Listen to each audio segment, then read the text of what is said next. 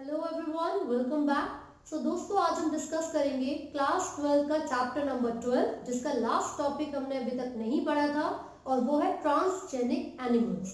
तो सबसे पहले हम यहाँ पर लिख लेते हैं, we are talking about transgenic animals. तो भाई इस चैप्टर में आपने क्या क्या चीजें पढ़ी हैं? इस चैप्टर में हमने देखा कि किस तरीके से हम जीन थेरेपी कर सकते हैं या फिर प्लांट्स के डीएनए को या जीन्स को मॉडिफाई करके अपने लिए जो डिजायरेबल प्रोडक्ट्स हैं वो ऑब्टेन कर सकते हैं, राइट? तो बिल्कुल उसी तरीके से ये जो टॉपिक आज हम डिस्कस कर रहे हैं, ट्रांसजेनिक एनिमल, इसका क्या मतलब है? यहाँ पर ट्रांस, ये जो वर्ड आपको दिख रहा है, इसका मतलब है ऑल्टर करना, मैनिपुलेट करना, और जेनिक यहाँ पर जीन से रिलेटेड है, ठीक है?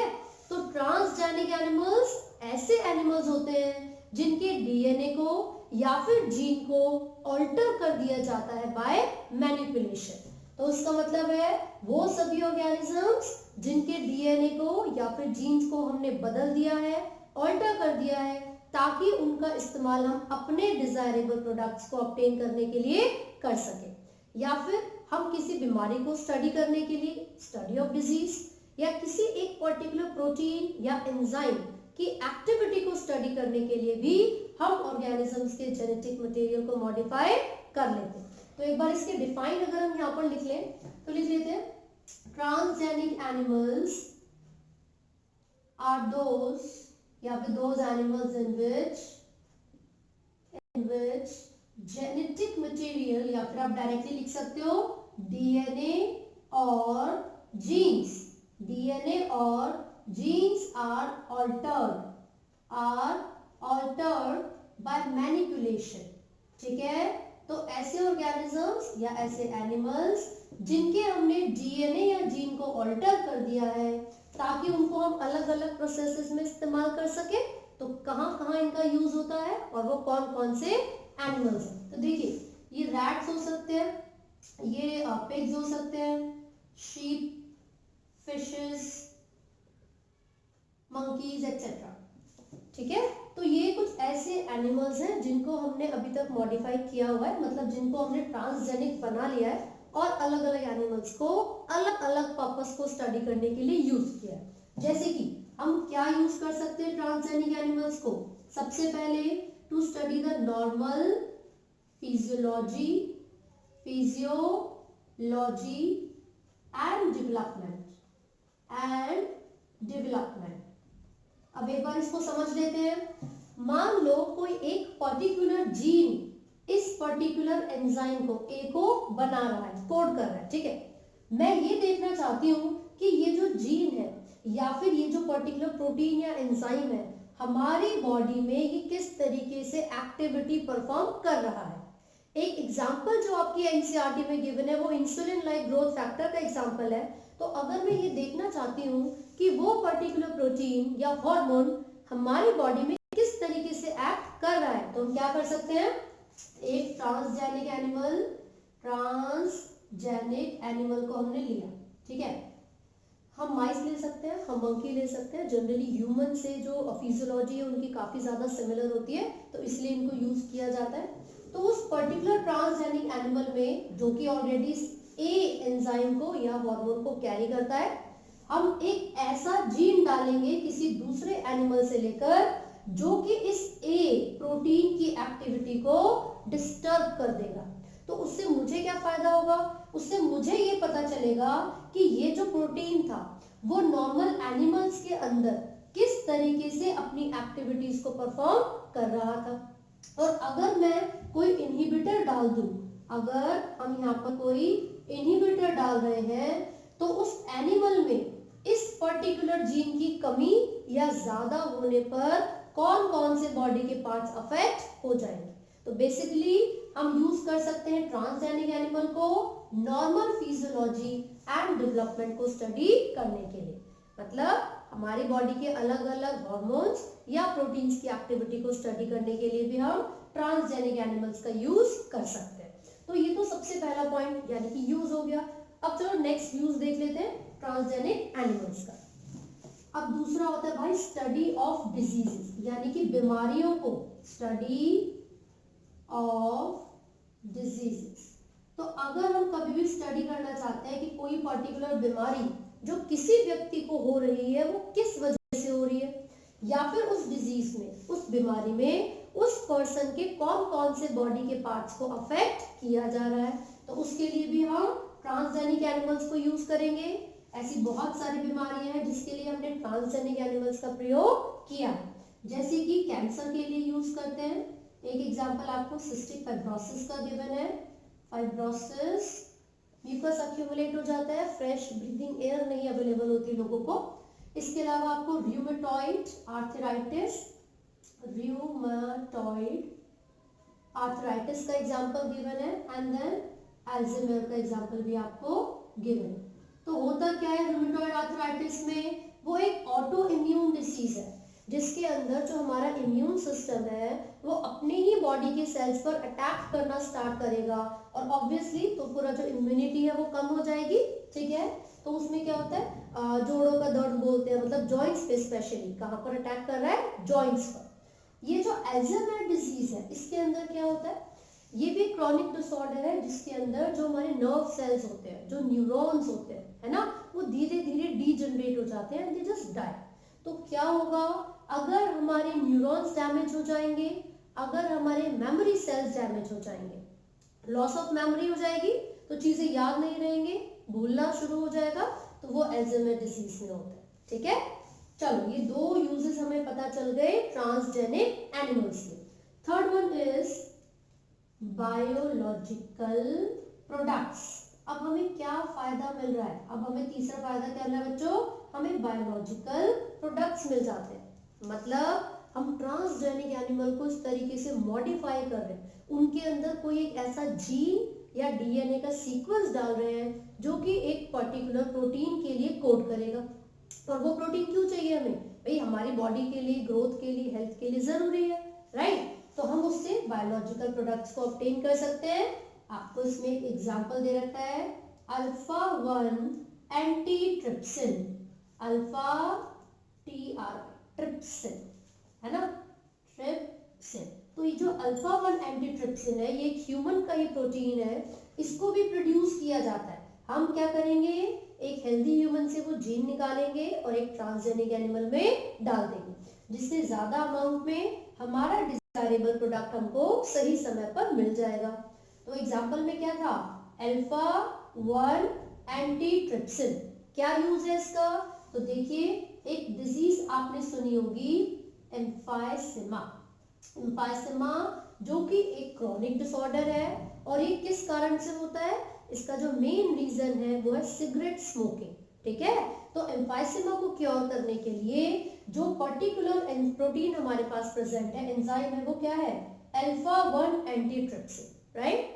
इस पर्टिकुलर बीमारी के अलावा और भी ऐसे डिजीज हैं जिनको क्योर करने के लिए अटेम्प्ट किए जा रहे हैं।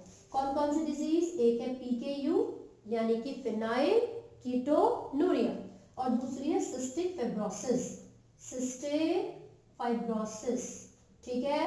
तो ये अच्छे से आपको साथ साथ रिवाइज करना है, क्योंकि अगर कभी क्वेश्चन आता है तो डायरेक्टली सिग्निफिकेंस पूछ लेते हैं ट्रांसजेनिक एनिमल्स की, तो आप पॉइंट वाइज आंसर कर सकते हो, है ना। तो शॉर्ट फॉर्म में ना लिखने की बजाय आप उसको थोड़ा सा एक्सप्लेन कर देना, ताकि 3 मार्क्स का अगर क्वेश्चन है तो you will have to write, obviously बात है 3 नंबर का क्वेश्चन है, तो हेडिंग के साथ साथ आपको उसे एक्सप्लेन भी करना पड़ेगा, ठीक है। तो भैया 3 यूजेस हमें पता चल चुके हैं, राइट। आगे बढ़ते हैं, अब फोर्थ यूज क्या हो सकता है ट्रांसजेनिक एनिमल का। तो भाई जो फोर्थ यूज होता है उसमें हम लिख सकते हैं वैक्सीन सेफ्टी। फोर्थ यूज में हम लिख रहे हैं वैक्सीन सेफ्टी। भाई एक बात बताओ, ये जो रिसर्चर्स हैं, जो साइंटिस्ट हैं, वो नई नई मेडिसिन बना रहे हैं, वैक्सीन बना रहे हैं। अब ऐसा तो नहीं है भैया चलो मैंने पोलियो की वैक्सीन बना ली, बेटा आ करो आ, ऐसे डायरेक्टली तो उसके ऊपर टेस्ट नहीं कर सकते ना, तो उनको एक प्रॉपर ऑर्गेनिज्म पे टेस्ट करना पड़ेगा, बिना डायरेक्टली ह्यूमन के ऊपर टेस्ट किए हुए, ठीक है। तो जैसे कि पोलियो वैक्सीन का एग्जांपल मैं आपको बता देती हूँ। सबसे पहले माइस के ऊपर टेस्ट किया गया था कि जो पोलियो की वैक्सीन हमने बनाई है वो ह्यूमन यूज के लिए सही है या नहीं, ठीक है। तो वैक्सीन सेफ्टी भी एक बहुत इंपॉर्टेंट एस्पेक्ट है। किसका एस्पेक्ट है, ट्रांसजेनिक एनिमल्स की सिग्निफिकेंस का, right. And the last one is chemical safety. Chemical safety या फिर केमिकल टेस्टिंग। तो बेसिकली जब भी हम कोई मेडिसिन, कोई ड्रग्स वगैरह बनाते हैं, so instead of directly giving it to humans, तो हम उसको माइस या फिर मंकीज के ऊपर टेस्ट कर सकते हैं, क्योंकि जो फिजियोलॉजी है वो काफ़ी ज़्यादा सिमिलर होती है। तो हमें ये पता चल जाएगा कि अगर ये पर्टिकुलर ड्रग या मेडिसिन हम इंसानों को देंगे तो उसके बॉडी के कौन कौन से पार्ट्स पर अफेक्ट हो सकता है। ठीक है, तो ये भी क्या है, ट्रांसजेनिक एनिमल्स की सिग्निफिकेंस। तो इस पर्टिकुलर टॉपिक में तो यही चीजें आपको याद रखनी है जो कि मैंने यहाँ पर हाईलाइट करके लिखी हुई है, एटलीस्ट वो चीजें आप बहुत अच्छे से याद रखिएगा। ठीक है, इसके बाद क्या दिया है आपकी एनसीईआरटी में, एथिकल इश्यूज गिवन है, तो बहुत ही छोटा सा टॉपिक है, एक बार फटाफट से देख लेते हैं एंड देन ये चैप्टर आपका बिल्कुल खत्म, फिनिश हो जाएगा। ठीक है, तो मैं इसको रब कर देती हूँ। स्क्रीनशॉट वगैरह लेना है तो ले लो भाई, फिर बोलते हो मैम आप टाइम नहीं देते हो बिल्कुल भी लिखने के लिए। ठीक है, चलो तो भाई अब हम बात करेंगे एथिकल इश्यूज के बारे में। अब ये एथिकल इश्यूज क्या होते हैं देख लेते हैं जरा। एक बात सोचो, अगर कोई रोकने वाला ना हो, एथिकल इश्यूज, ठीक है, जो एथिकल इश्यूज है अगर हम यहाँ पर बात कर रहे हैं, भाई एक बात सोचो कि जो रिसर्चर्स है, जो साइंटिस्ट हैं, अगर इनको रोकने वाला कोई बंदा ना हो तो ये तो जगह जगह से माइस को इकट्ठा कर करके, बंदरों को पकड़ पकड़ के अपने एक्सपेरिमेंट्स करते रहेंगे, है ना। तो एक ऐसी ऑथराइजेशन भी होनी चाहिए जो कि ये ध्यान रखे कि किसी भी ट्रांसजेनिक एनिमल की फॉर्मेशन के दौरान कोई अनडिजायरेबल नुकसान, यानी कि कोई अनडिजायरेबल कैरेक्टर ऐसा ना हो जो आप उनमें इंट्रोड्यूस कर दो, जिससे कि हमारे दूसरे ऑर्गेनिजम्स को या फिर एनवायरनमेंट को नुकसान हो जाए। ठीक है, तो हम क्या करते हैं, एक ऑर्गेनाइजेशन है, गवर्नमेंट ने, इंडियन गवर्नमेंट ने एक ऑर्गेनाइजेशन सेटअप की हुई है जिसको कहा जाता है GEAC, जेनेटिक अप्रूवल। बेसिकली किसी जेनेटिक मतलब हम जो जीन्स को मॉडिफाई कर रहे हैं, DNA को मॉडिफाई कर रहे हैं, तो उसकी बेसिस पर नाम रखा गया है जेनेटिक इंजीनियरिंग अप्रूवल कमिटी। ठीक है, अब एनसीईआरटी में इसके लिए 2 लाइंस लिखी हुई है जो आपको बहुत अच्छे से ध्यान रखनी है। वो क्या क्या लाइन है मैं आप लोगों को बता देती हूँ। आप लोग पेज नंबर 213 पे देख सकते हो, लिखा होगा लास्ट पैराग्राफ में, जहां पर लिखा हुआ है Therefore, the Indian government has set up organizations such as GEAC, यानी कि Genetic Engineering Approval Committee, which will make decisions, यानी कि इस पर्टिकुलर ऑर्गेनाइजेशन का काम क्या है, ये डिसीजंस लेती है ना, किस चीज के बारे में, देखो फटाफट से, regarding the validity of GM research and the safety of introducing GM organisms for public service. तो फटाफट से नोट डाउन कर लेते हैं, इसका काम क्या है, ये किस चीज के बारे में डिसीजंस ले रही थी भाई, तो हम यहाँ पर देख रहे हैं regarding validity of GM research, यानी कि इस पर्टिकुलर ऑर्गेनाइजेशन का जो पहला काम है वो ये है कि जो भी जेनेटिकली मॉडिफाइड ऑर्गेनिजम्स पर रिसर्च चल रही है उसकी वैलिडिटी को ये डिटरमाइन करेगी, उसके बारे में सारे डिसीजंस लेने का काम इसी ऑर्गेनाइजेशन का होगा। दूसरा जो इनका काम है वो ये है कि भैया जो आपने मॉडिफाई करके एनिमल को बनाया है, यानी कि जो ट्रांसजेनिक एनिमल आपने बनाया है उसको अपने एनवायरनमेंट में इंट्रोड्यूस करना है या नहीं करना है। ठीक है, इंट्रोड्यूसिंग जेनेटिकली मॉडिफाइड ऑर्गेनिजम्स।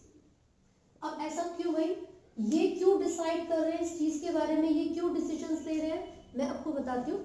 मैं रॉबर्ट मूवी तो देखी होगी आप लोगों ने, तो उसमें क्या हो रहा था, जो चिट्टी था, जो रॉबर्ट था, तो उसके अंदर कुछ उसके चिप में चेंजेस कर दिए गए थे, और जब उसको बाहर रिलीज किया गया, मतलब एनवायरनमेंट में उसको फ्रीली घूमने के लिए परमिशन दे दी गई, तो उसने बहुत ज्यादा डिस्ट्रक्शन मचा दी थी, है ना। तो सेम चीज यहाँ पर है, जो ये ऑर्गेनाइजेशन है उनका मानना ये है कि अगर आप उन जेनेटिकली मॉडिफाइड ऑर्गेनिजम्स को फ्रीली एनवायरनमेंट में छोड़ दोगे, तो क्या आप हमें ये बता सकते हो कि उनका अगला जो स्टेप है वो क्या होगा? क्या आप ये प्रिडिक्ट कर सकते हो कि वो हमारे एनवायरनमेंट के लिए सेफ हैं या नहीं? नहीं कर सकते ना। तो क्योंकि वो एनिमल्स अनप्रिडिक्टेबल होते हैं, इसीलिए उनको अलाउ करना है एनवायरनमेंट में या नहीं, उसके डिसीजंस कौन ले रहा था? ये ऑर्गेनाइजेशन। ठीक है, तो यहाँ तक कोई भी डाउट है तो पूछ लेना, कमेंट्स में लिख देना। बस दो टर्म्स आपको और याद रखनी है, एक है पेटेंट और दूसरी है बायोपायरेसी। पेटेंट एंड बायोपायरेसी, ये तो समझ आ गया ना। तो हमने यहाँ पर एथिकल इश्यूज को पढ़ा है और GEAC के बारे में यहाँ पर देखा। भाई एथिकल इश्यूज का मतलब तो यही होता है ना कि कहीं जैसे हनुमान जी की बात कर लो, तो जो मंकीज है बोलते हैं कि वो हनुमान जी के पूरी इनकारनेशन है, रूप है, जो भी है, तो हम उनको किसी भी तरीके से हार्म नहीं पहुंचाना चाहते। ठीक है, लेकिन अगर रिसर्च आप करते रहोगे, एक मंकी पर रिसर्च करने पर अगर आपको रिजल्ट नहीं मिला, फिर दूसरे मंकी को लाओगे, तीसरे को लाओगे, तो वो सही नहीं है ना। हमारे इस प्लैनेट पर जितना ह्यूमन बीइंग्स का राइट है उतना ही बाकी एनिमल्स का भी है। तो उस चीज को, मोरालिटी को ध्यान में रखते हुए, यानी कि एथिकल इश्यूज के लिए हमने GEAC को फॉर्म किया है। ठीक है, तो एक टर्म मैंने आपको बोली थी पेटेंट, दूसरी मैंने आपको बोली थी बायोपायरेसी। अब ये है क्या, जरा देख लेते हैं। देखो भाई, हमारे इंडिया में ना राइस की ह्यूज वैरायटीज है, बहुत सारी वैरायटीज है, लैक्स में वैरायटीज है, लेकिन ना लगभग 27 ऐसी डॉक्यूमेंटेड वैरायटीज है हमारे इंडिया में। डॉक्यूमेंटेड वैरायटीज, किसकी बात कर रहे हैं हम? राइस।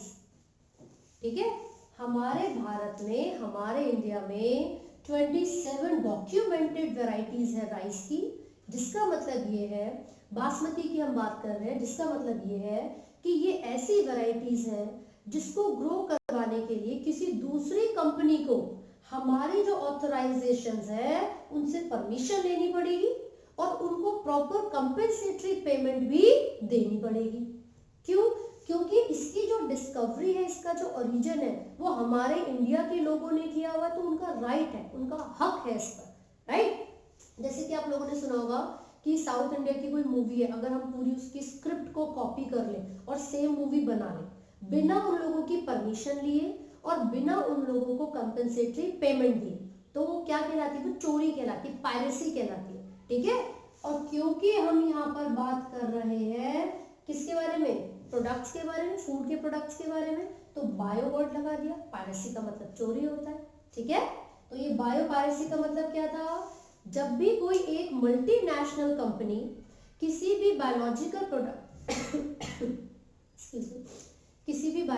प्रोडक्ट का यूज करती है बिना ऑथोरिटीज, जो भी ऑथराइजेशन है उनकी परमिशन के और बिना उनको कंपेंसेटरी पेमेंट दिए, तो उस एक्ट को क्या बोला जाएगा?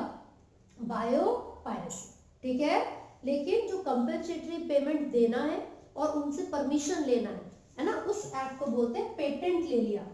अगर मैंने उस व्यक्ति से, जिसने मूवी बनाई थी, उससे परमिशन ले ली है और उसको थोड़े पैसे भी दे दिए, तो उसका मतलब है अब वो कॉपीराइट मेरे पास भी है, अब मैंने उससे लिखवा लिया है। ठीक है, तो उसको क्या बोलेंगे हम? पेटेंट बोलेंगे, द परमिशन।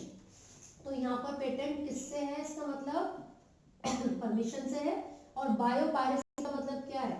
जब भी हम बिना परमिशन के, बिना ऑथोराइजेशन की, परमिशन के, without permission of authorization and without giving them compensatory payment. ठीक है, अगर हम किसी भी बायोलॉजिकल प्रोडक्ट को यूज करेंगे बिना ऑथराइजेशन की, परमिशन की और बिना उन्हें कंपेंसेटरी पेमेंट दिए, तो इस एक्ट को बोला जाता है बायोपायरेसी, राइट। और उसके लिए हमें जो परमिशन हमने ली है वो पेटेंट होता है। दैट मीन्स हमने पेटेंट ले लिया। ये जो यूएस की कंपनी है, अमेरिकन कंपनी, उन्होंने भी ऐसे ही किया था। तो उन्होंने पेटेंट ले लिया था बासमती के चावल को ग्रो करवाने के लिए। पेटेंट लेने का मतलब है कि उनका राइट हो चुका है उस पर, और उन्होंने उसको क्रॉस करवाया था सेमी ड्वार्फ वेराइटीज के साथ, ताकि एक न्यू वेराइटी हमें मिल जाए राइस की। ठीक है, तो ये किसने? अमेरिका ने, यानी कि यूएस ऑथराइजेशन ने क्या ले लिया था? पेटेंट ले लिया था, राइट। तो आपको ये यहाँ तक अच्छे से याद रखना है। ट्रांसजेनिक एनिमल्स के यूजेस याद रखने हैं, स्पेशली बायोलॉजिकल प्रोडक्ट, जिसमें हमने देखा था कि अल्फा 1 एंटीट्रिप्सिन है। साथ ही साथ याद रखना एक सबसे पहले जो ट्रांसजेनिक काउ थी, ट्रांसजेनिक काउ, उसका नाम था रोजी, ROSIE।